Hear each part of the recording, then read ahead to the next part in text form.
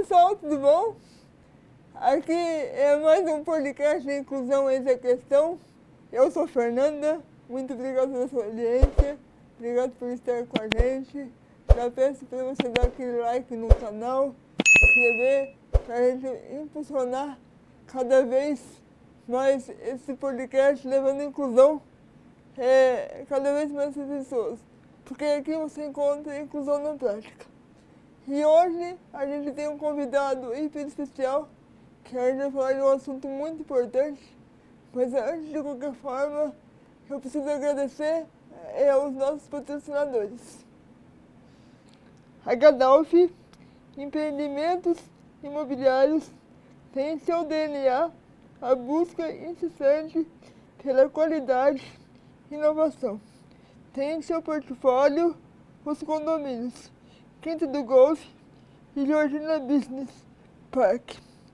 Cocan, muito mais café solúvel, desde 1970, trabalhando sempre para oferecer café solúvel de qualidade, com sabor e aroma superiores.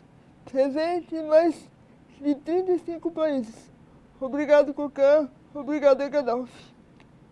Supermercado Trídico. Seja um cliente Trídico Clube. Eu sou, pessoal. Lá é muito bom. É só baixar o aplicativo do Supermercado Trídico em qualquer loja, que vocês vão ter vários benefícios. Clínica Serene.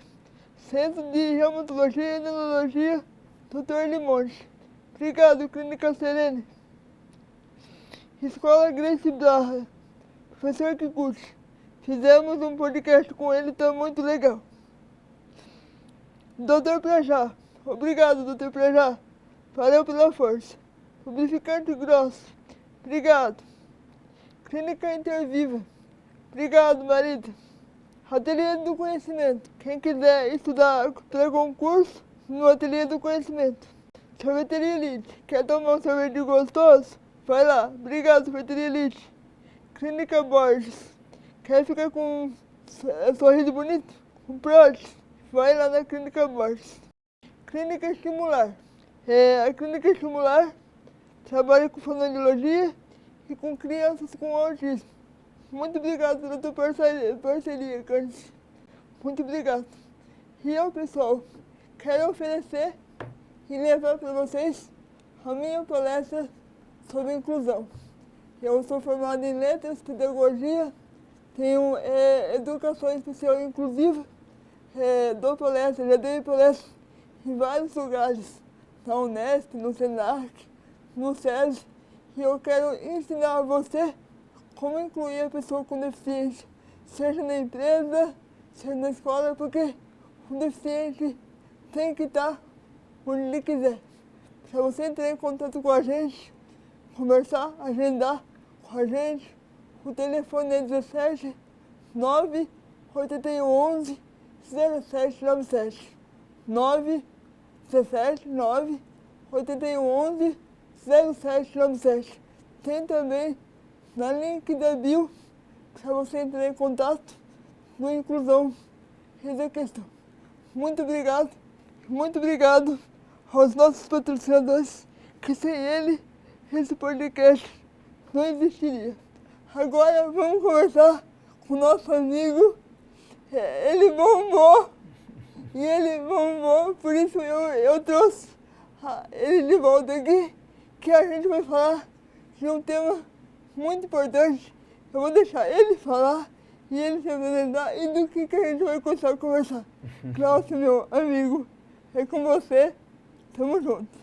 Olá, Fer. Obrigado novamente pelo convite. Pessoal de casa que está aí ouvindo a gente, pessoal que está assistindo a gente. Eu sou o Glaucio Camargos, sou psicanalista, mestre em psicologia, doutor em ciências da saúde e trabalho com pacientes com esquizofrenia, né? Além de todas as questões que envolvem a saúde mental, como depressão, ansiedade, transtornos de estresse pós-traumático. Acabamos de terminar um trabalho grande que diz respeito à esquizofrenia, e é sobre esse assunto que a gente vai falar hoje. A esquizofrenia, a psicoimunologia e algumas relações com a toxoplasmose, que é a doença que é transmitida por um parasita que tem a ver com o gato, e algumas pessoas confundem um pouquinho. Então ele vai desmistificar tudo isso para vocês. Primeiro, o que é esquizofrenia, como é que foi feito esse trabalho?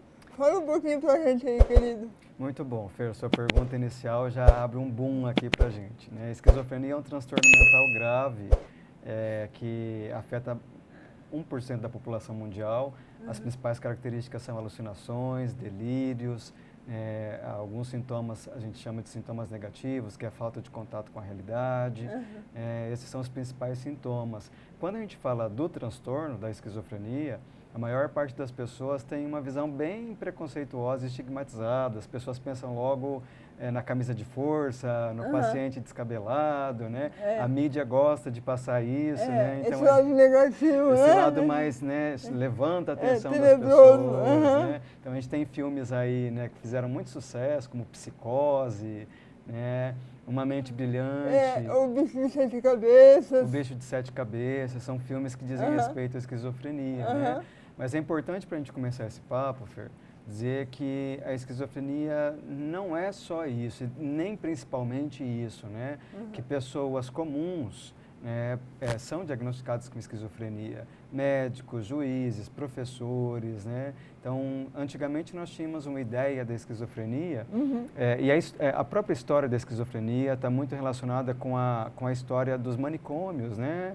Então, quem é o paciente que vai ficar internado, vamos deixar ele internado, quanto tempo, para quê, né, e como. Então, existe uma estigmatização muito grande a respeito da esquizofrenia, né? Só para a gente dar uma pincelada rapidinho nisso, Fer, para o pessoal de casa entender melhor, a gente tem três grandes períodos na história da saúde mental quando a gente fala da esquizofrenia. Então, inicialmente, a ideia era que a pessoa ela tinha algum demônio no corpo, né? Então era uma ideia mística, religiosa. Espiritual. Uma ideia que levava para a questão mais espiritual, né? Como se fosse uma possessão demoníaca, né? Então essa pessoa em geral ou ela ficava perambulando pelas estradas, pelas ruas, né? Ou ela ia para os mosteiros para tentar ser exorcizada, nos mosteiros, né? Algum tempo depois, né, nós tivemos Pinel, que foi um grande psiquiatra, e Pinel, as pessoas até usam o nome dele para fazer essa relação, né? Existe a pessoa tá Pinel da Cuca, legal! Da onde saiu a raiz? Essa raiz do Pinel. Mas o Pinel, ele foi um psiquiatra muito importante para a história da esquizofrenia, porque ele foi a primeira pessoa que tentou perceber padrões na pessoa com transtorno mental, né? Então ele começou a perceber que nem todas as pessoas que se diziam esquizofrênicas eram de fato doentes, tinham o transtorno, e ele começou a observar padrões familiares, padrões hereditários, né? Quer dizer que existia alguém na família que já tinha apresentado aqueles sintomas, né?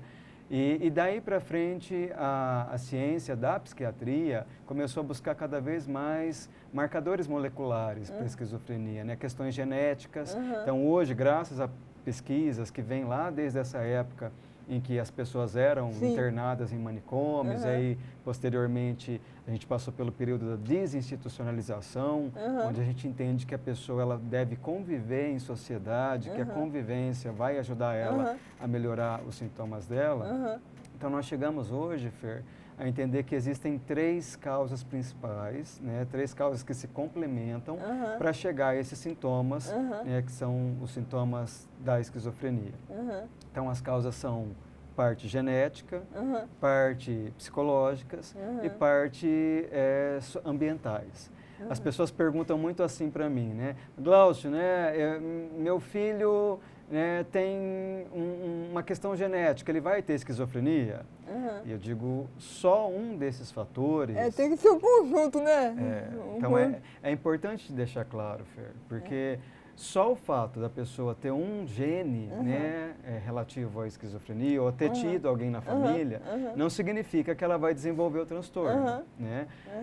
Os pais muitas vezes me perguntam do uso da maconha, né? Ah, meu filho fumou maconha, ele vai ter esquizofrenia? Né? E aí a gente responde que só o uso isolado da maconha não vai levar à esquizofrenia, mas nós não sabemos se a pessoa tem um componente genético, um componente psicológico associado. Então, para começo de conversa, Fer, é importante a gente deixar claro que um fator só não pode ser apontado como causa da esquizofrenia, mas a gente tem aí uma etiologia multifatorial, que é uma combinação de fatores que leva à doença. Ou seja, é o fenótipo, o genótipo, é um contexto de coisas aí. Isso, então é bom a gente deixar isso claro, porque as pessoas ficam muito assustadas, né? Ah, porque eu tenho um parente, eu tenho uma questão genética, então só isso não vai causar doença. E tem como, desculpa, agora eu vou dar uma pergunta de leiga, tem como isso já nasce,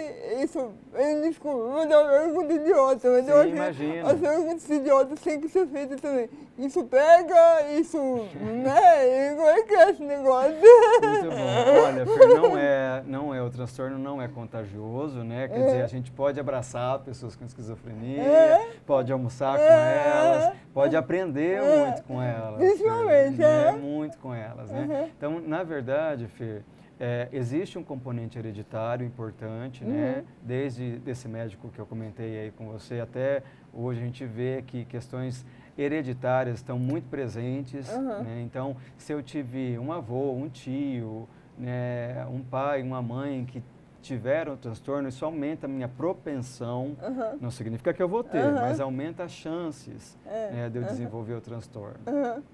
E aí, para ir acompanhando, você fez uma série de estudos sobre isso. Conta um pouquinho mais para dar aquela validação realmente. Falar, olha o que eu estudei, eu posso dizer porque eu estudei sobre isso. Então fala o que você estudou, querido. Muito bom, Fer, a gente acabou de terminar um trabalho. Nos últimos 10, 15 anos, o mundo tem prestado cada vez mais atenção nas questões que envolvem o sistema imunológico e os transtornos mentais, né? E a gente tem usado bastante o termo psicoimunologia. Então, muitos estudos da última década indicaram que pacientes com esquizofrenia apresentavam infecção com um parasito chamado Toxoplasma gondii, o parasito que causa a toxoplasmose, né? Esse parasito, Fer, é um parasito que se multiplica, se desenvolve no intestino dos gatos, né? Os gatos liberam ali pelas fezes e aí a gente acaba tendo contato com o parasito ou porque não fez uma higiene adequada do local ali do gato ou porque a gente comeu alguma carne que já estava contaminada, né? Tipo carne crua, por exemplo? Carne crua ou mesmo, Fer, carne bovina, suína, aves, que tem o parasito. Então não é só o gato, tem outros bichos que levam a esse parasito. Na verdade, a origem é o gato.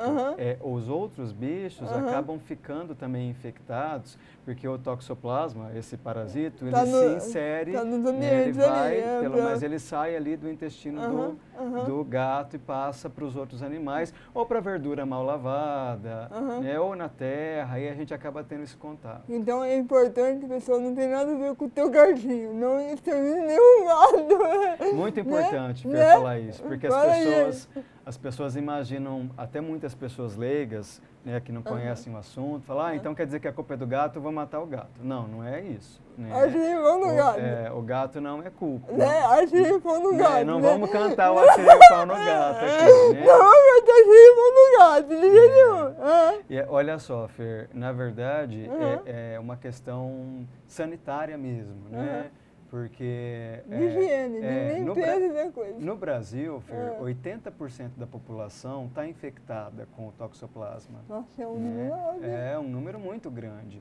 E ela é tida como uma doença negligenciada pela Organização das Nações, pela Organização Mundial da Saúde, porque ele não causa inicialmente, Fer, grandes problemas. A pessoa que foi infectada, ou porque comeu uma verdura mal lavada, ou porque teve contato com o parasito por outra alimentação. Por exemplo, Fer, a gente tem um registro histórico de surto de toxoplasmose no Rio de Janeiro, por pessoas que jantaram em restaurantes famosíssimos. Pois é. Né?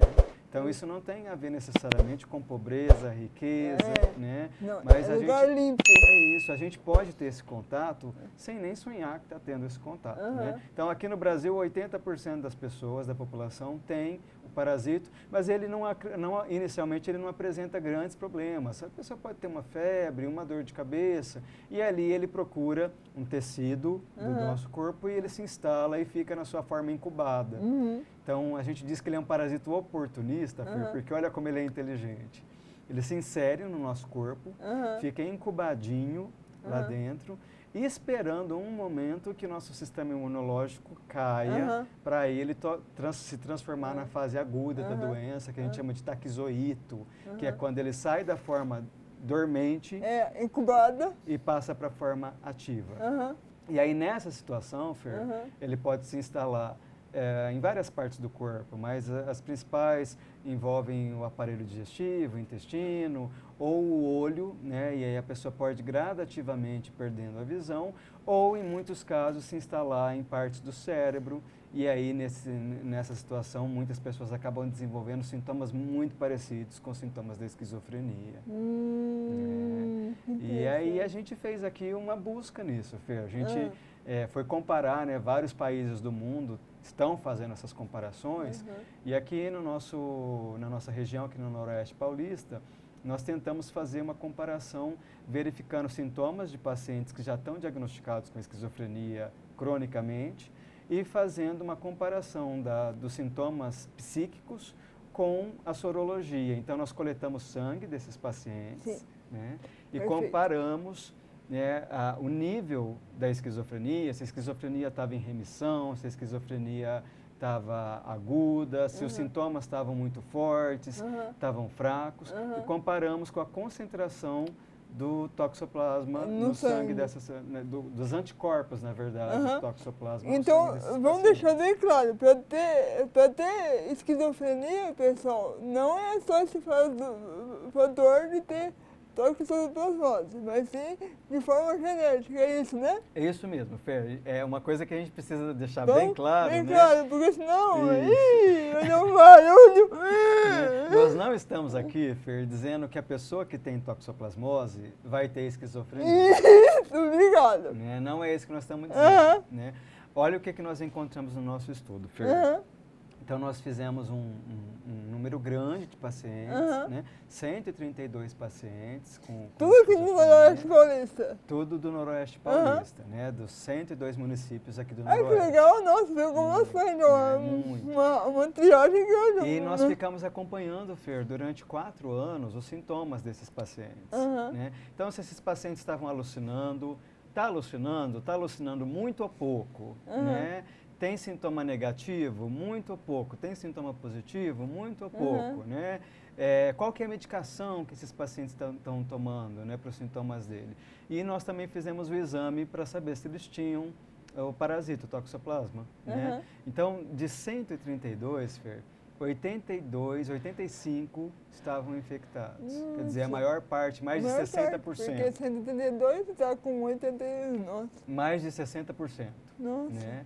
E aí, o que a gente encontrou, né, nessa amostra, Fer? Que esses pacientes estavam com infecção crônica, ou seja, na forma dormente, na forma incubada. A infecção não estava aguda, né? Ela estava crônica. Quer dizer que o toxoplasma estava dentro dessas pessoas, mas ele estava lá fechadinho, incubadinho. Como sujeito oculto. É isso.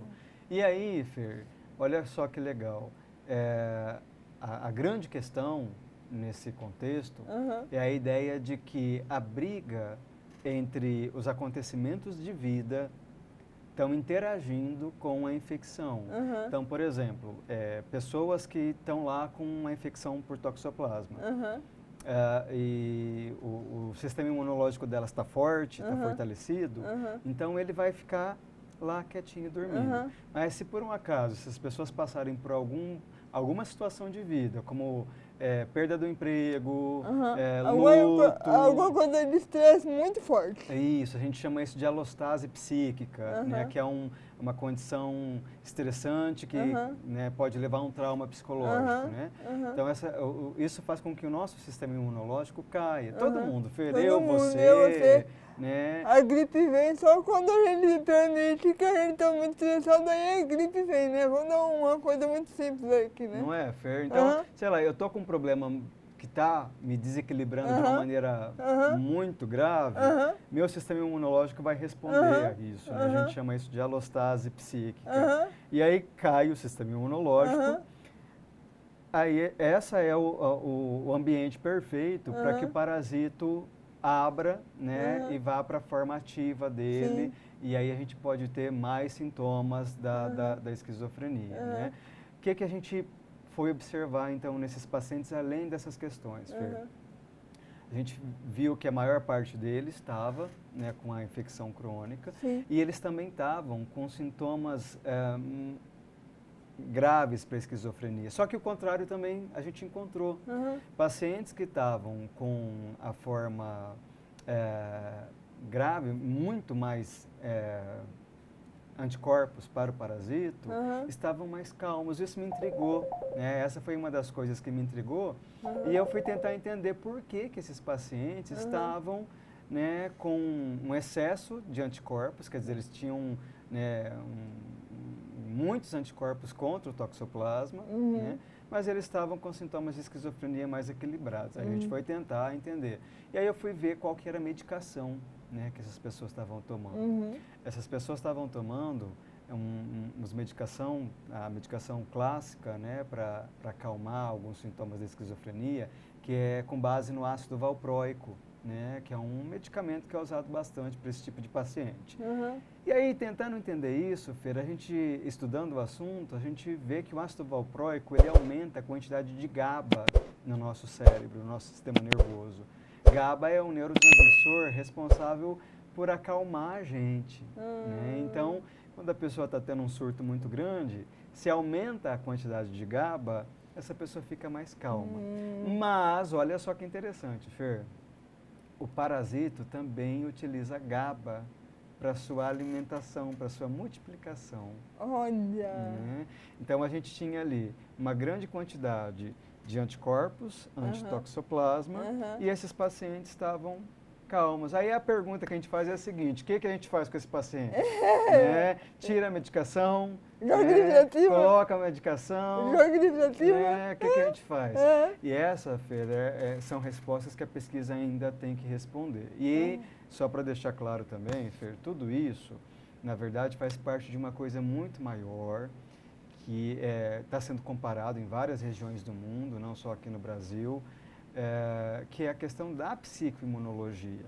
Nós estamos passando, Fer, por um momento que eu comparo muito com o momento que Copérnico viveu, que Galileu viveu, quando disse que a Terra não era o centro do universo. Né? Nós estamos passando por um momento, Fer, as pessoas têm uma dificuldade muito grande de entender que nós somos corpo e mente únicos, uma coisa só. Né? A gente tem muita dificuldade, as pessoas separam ainda, né, corpo e mente. Então, quando a gente fala, por exemplo, que a pessoa tem um problema no estômago, a gente vai procurar o gastro, né? Eu estou com uma dor de cabeça, eu vou no neuro. Mas quando a gente fala, por exemplo, dos sintomas psicológicos, as pessoas descartam, né? Ah, eu estou triste, mas é só uma tristeza. Ah, passa rapidinho. É passageiro, né? Eu estou com ansiedade, mas é passageiro. E aí esse trabalho, Fer, ele corrobora para nós que essa separação entre mente e corpo, ela não existe. Não, nós somos um todo. Que nós precisamos olhar para o ser humano como um ser integral, mas a nossa sociedade ainda tem muita dificuldade nisso. A sociedade ela fragmenta, né? Ela coloca em caixinhas, né? Fer, eu costumo brincar, Fer, principalmente na área da saúde, na medicina, né, medicina tradicional, eu costumo dizer que nós estamos tentando inserir um novo olhar aí, né, na medicina tradicional, que é essa de olhar o ser humano integral. Mas a gente vem de uma escola, Fer, que não olha para o ser humano. A medicina que a gente está acostumado, principalmente aqui no Ocidente, ela olha para a doença, né? Então, E não para o doente. e não para o doente, né? Então, o médico, em geral, ele vê lá, né, o paciente está com o joelho quebrado. Eu tenho que consertar o joelho do paciente. Nem cuidar Né? Não me interessa a história do João, do José, do Francisco. O meu problema é com o joelho dele. Só com ele. Né? Só na parte estética. E aí esse trabalho, ele corrobora para nós que existe uma interação muito grande entre isso que nós chamamos de mente e isso que nós chamamos de corpo. Que se a gente não olhar para essas coisas como uma coisa só, a gente não vai conseguir responder a perguntas importantes, como, por exemplo, o tratamento da esquizofrenia. Né? Então, eu acho que a grande contribuição, Fer, desse trabalho que acabou de sair, é mostrar que quando o corpo não está legal, a mente não está legal. Sim. E quando a mente não está legal, o corpo não está legal. Um depende do outro. Pois é uma coisa só. É uma coisa só. Se aqui não está legal, o corpo responde. Se o corpo não está legal, aqui também responde. Pois é. Na história da esquizofrenia, Fer, a gente tem aí um histórico bem terrível em que pessoas que incomodavam de alguma maneira, né, a sociedade, eram internadas como se fossem esquizofrênicas, né? Então, pessoas que homossexuais, alcoolistas, a cura gay, tem que curar alguém, né? Prostitutas, de alguma maneira, de pessoas com deficiência, diziam, essa pessoa ela tem que ser internada, ela tem que ir, né, para o manicômio. E nesses locais, Fer, a história mostra para nós que essas pessoas ficavam em péssimas condições de higiene, comiam ratos. E aí, porque ficavam isolados num lugar jogadas em esgoto a céu aberto. A gente tem aí o Holocausto Brasileiro, né, aquele livro fantástico que conta a história terrível, né, do manicômio em Barbacena, né, do hospital psiquiátrico. Né? Então, e essas pessoas, quando a gente vê que muitas dessas pessoas tinham infecções por Toxoplasma gondii, eu falo, vamos ver como é que essas pessoas viviam? Então, a pergunta que eu faço é a seguinte: essas pessoas foram internadas porque elas tinham algum transtorno mental? Ou elas desenvolveram algum transtorno mental porque ficavam em péssimas condições nessa situação? E já tinha um fator genético que ajudava ali. Pois é. Então é importante falar que depende do... tem o fator de toxoplasmose, mas tem que ter um fator genético junto, todo o contexto junto. Pois é, só a toxoplasmose não vai causar nada. Não vai causar nada, viu? Por isso acalme-se aí, pode ficar tranquilo. Não é para causar alarde. Não é para causar alarde de jeito nenhum. Agora sim, Fer, é importante colocar que quando a gente consegue encontrar um equilíbrio mental, psíquico, o corpo também vai responder esse equilíbrio. E vamos falar a verdade, Fer?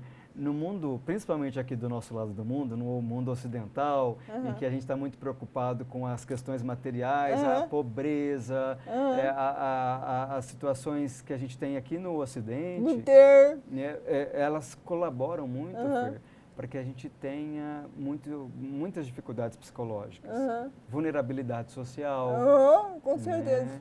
Né, os desastres como a gente está vendo agora acontecer no Rio Grande do Sul. Né? Então, todas essas situações... A minha pergunta é a seguinte: será que nós conhecemos alguma sociedade que tem equilíbrio emocional? Eu digo, Fer, que aqui do nosso lado do mundo é mais difícil. A gente pode aprender muito com o outro lado, o lado do Oriente. O lado do Oriente, né? Perfeito. Eles olham ainda para o ser humano de uma maneira mais integral. Né? Então, a gente tem uma visão mais leve em relação à transitoriedade da vida, à morte. Aqui do nosso lado a gente vê essas questões muito pesadas ainda. Né? E isso colabora, por exemplo, Fer, para a gente estar com a infecção, passar por algum processo psicológico muito pesado, né? E aí o parasito fazer o trabalho dele, se abrir lá e a gente desenvolver transtornos mais graves. Uma coisa que você disse muito importante, que eu achei legal, tem medicamento para isso, então. da esquizofrenia? A esquizofrenia... Tem a cura da esquizofrenia ou não? Você Não convive temos a com cura ela? da esquizofrenia, Fê. Você convive com ela? Hoje, o grande objetivo Aham.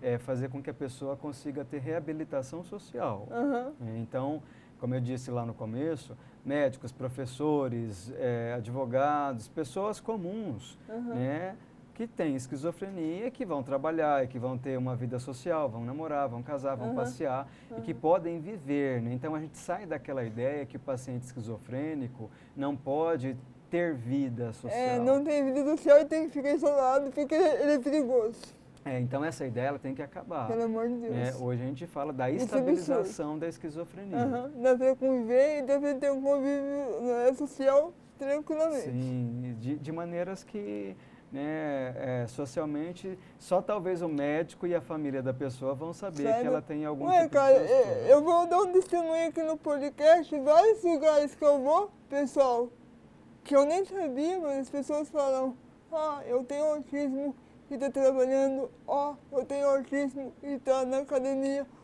eu tenho isso e tá no... Então, dá pra conviver?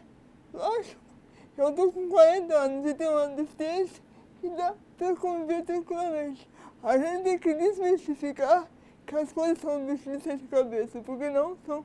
Com certeza, eu penso, Fer, que a palavra esquizofrenia, ela é bem forte ainda, né? Bem estigmatizada, ela causa medo. É um preconceito imenso. Muito, as pessoas têm medo. Imagina, né? Outro dia um paciente chegou para mim e disse assim, Glaucio, eu estou paquerando uma menina, mas eu descobri que ela tem esquizofrenia.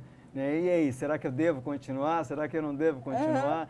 Então, é um medo, né? E o preconceito está aí. Então, a ideia, Fer, é que a esquizofrenia é um transtorno, como qualquer outro transtorno. Ele pode ser tratado e ele pode ser equilibrado e a pessoa pode ter uma vida comum, né? Pode ter uma vida normal, né? Agora, a gente precisa pensar, Fer, e essa eu acho que é a grande dificuldade que eu deixo aqui para a gente pensar mesmo, o pessoal de casa, o pessoal que está assistindo a gente, política pública, né, em saúde mental. Nós não temos. Tem muito pouco. Né? Então, por exemplo, quando a gente fala dos CRAS, dos CAPs, dos ambulatórios, né, de saúde mental, a gente tem uma discussão muito forte no nosso país, que é a questão da desinstitucionalização, né? De acabar com as ideias do hospital psiquiátrico como hospital que a pessoa vai para ficar a vida inteira. A vida inteira lá, né? porque não tem condição de ser reabilitado. Isso, então o hospital não é casa. O hospital é para a pessoa ir, se tratar, se cuidar. Não é depósito. Né? Não é depósito, né? Então, nós estamos num momento, Fer, por exemplo, nós não temos pastas específicas para a saúde mental na saúde pública. Né? Então, essas pessoas elas podem ser beneficiadas, o nosso governo precisa também olhar para isso. Existem iniciativas, já existem iniciativas, isso está sendo discutido. Né? Só que aqui na nossa região, por exemplo, nós temos o nosso ambulatório, né, aqui São José do Rio Preto é uma cidade sede para o Noroeste Paulista, né?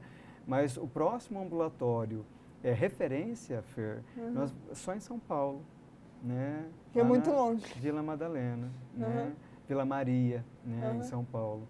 Então, a gente precisa pensar na saúde mental, né? na saúde pública. Fico alerta, porque eu vou fazer um adendo aí. Se eu estiver errado, você me corrige.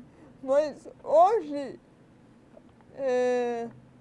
no mundo tão louco que a gente vive, é impossível alguém não tomar um medicamento para ansiedade, para alguma coisa. Então, hoje é comum tomar um remédio para alguma coisa. Eu tomo, acredito que muitas pessoas tomam um remédio para alguma coisa. E ter esse alerta de políticas públicas e fazer algo, isso é para já. Porque a sociedade não vai ficar mais calma. A sociedade vai ficar cada vez mais acelerada. E aí, o que a gente vai fazer com isso? Nós precisamos, Fer, sim, pensar muito nisso e a psiquiatria cumpre um papel importantíssimo nisso. Existe um preconceito ainda muito grande, até para procurar, né, alguém especialista na área da psiquiatria ou da psicologia, né? As pessoas acham, eu vou procurar, vou lá ficar falando com um cara que nem me conhece, né? Eu não sou doido, né? Então a gente precisa desmistificar. Eu tô bem, não precisa, né? E aí, Feira, as pessoas não procuram. Quando é que elas vão procurar? Ou quando a bomba estoura? Quando a gente vê algum massacre acontecendo, né, a gente vê a pessoa tomando uma atitude que sai no jornal, que alguém matou alguém, ou alguém chegou ao suicídio, né, ou massacrou, né, a pessoa entrou na escola e saiu atirando contra os alunos. Não, a pessoa se procura ajuda quando dói muito, quando não suporta mais. Caso contrário, as pessoas não procuram ajuda psicológica, as pessoas não procuram ajuda psiquiátrica. Eu não, porque psicólogo ou psiquiatra é coisa de doido. Infelizmente ainda tem esse negócio. Doido é quem não procura. Doido né, é quem não procura. Pois é. E eu costumo dizer, Fer, que aqui, é por isso que eu digo do nosso lado do mundo, que aqui no Ocidente a gente ainda tem essa dificuldade, mas em países, por exemplo, como Japão, Índia, né, são países que pensam um pouquinho mais. Eu acredito que eles têm uma cultura de olhar para a vida, entendendo a transitoriedade da vida, né? Então a gente tem, eu digo que são uma postura mais velha. Nós aqui do Ocidente temos uma postura mais adolescente. Verdade, né? não crescemos então, ainda. A gente é adolescente. Não temos maturidade ainda. Então todo aquele ideal norte-americano, aquele sonho do capitalismo, do ter. E quando a gente perde, por exemplo, alguém, morre alguém que eu amo, ou eu perco o emprego, a gente fica estarrecido.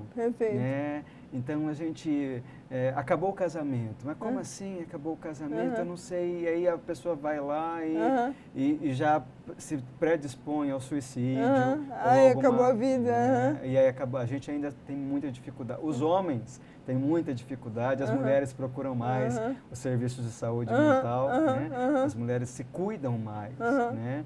Os homens com muita dificuldade chegam até nós, né? Porque tem aquela ideia de que o homem tem que ser forte, que o homem não chora. O homem não pode chorar. Né? E aí a gente aparece no jornal, né? O cara foi lá e matou a parceira, né?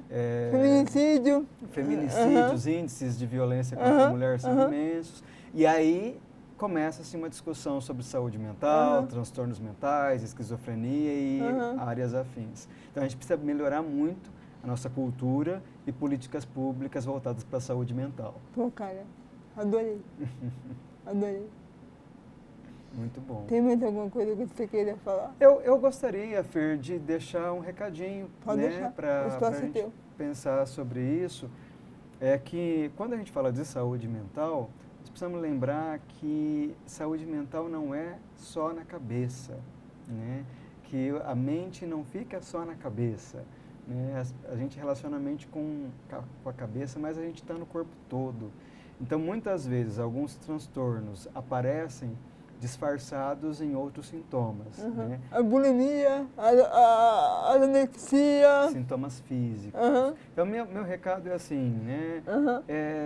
Você consegue olhar para dentro e falar sobre isso?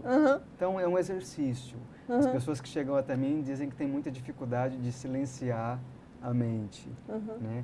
E o pensamento acelerado, e aí às vezes isso vem acompanhado com sintomas físicos, né? Gastrite, úlcera, manchas na pele. Antigamente diziam que morreu de desgosto, né? Morreu de desgosto. Na verdade a pessoa teve algum estresse muito grande que levou ao desenvolvimento inclusive de tumores, contraturas, paralisias e uma infinidade de outras coisas.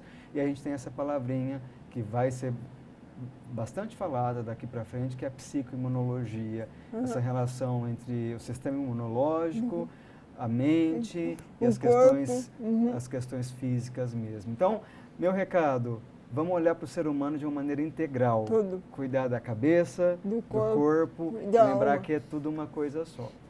Corpo, mente e espírito. Amém, é isso aí. Amém. Equilibrar isso aí. Quanto mais equilibrado, mais saúde mental, mais saúde física e mais saúde emocional você vai ter. Perfeito.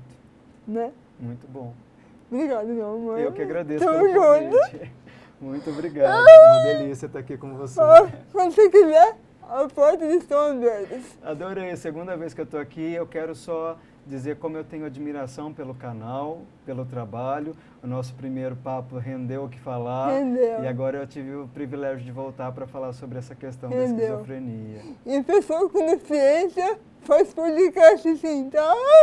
E faz muito mais do que você possa imaginar. Pessoas com deficiência, pessoas com esquizofrenia, pessoas com autismo podem levar a vida que elas quiserem e como elas quiserem. Tá? Isso aí. E vamos deixar esse recado, né? Isso aí. Fica a dica! Fica a dica. Bom, espero que vocês tenham gostado desse podcast Inclusão e Integração. Dá aquele like no canal, dá aquela força, compartilhe com seus amigos para a gente poder cada vez mais levar a inclusão para as pessoas e fazer isso na prática. Você viu que assunto tão interessante? Então, se cuide, mas cuide de você como um todo. Valeu? E antes de mais nada, eu vou agradecer aos nossos patrocinadores. A Gaddafi, Qualcan, Mercado Trídico,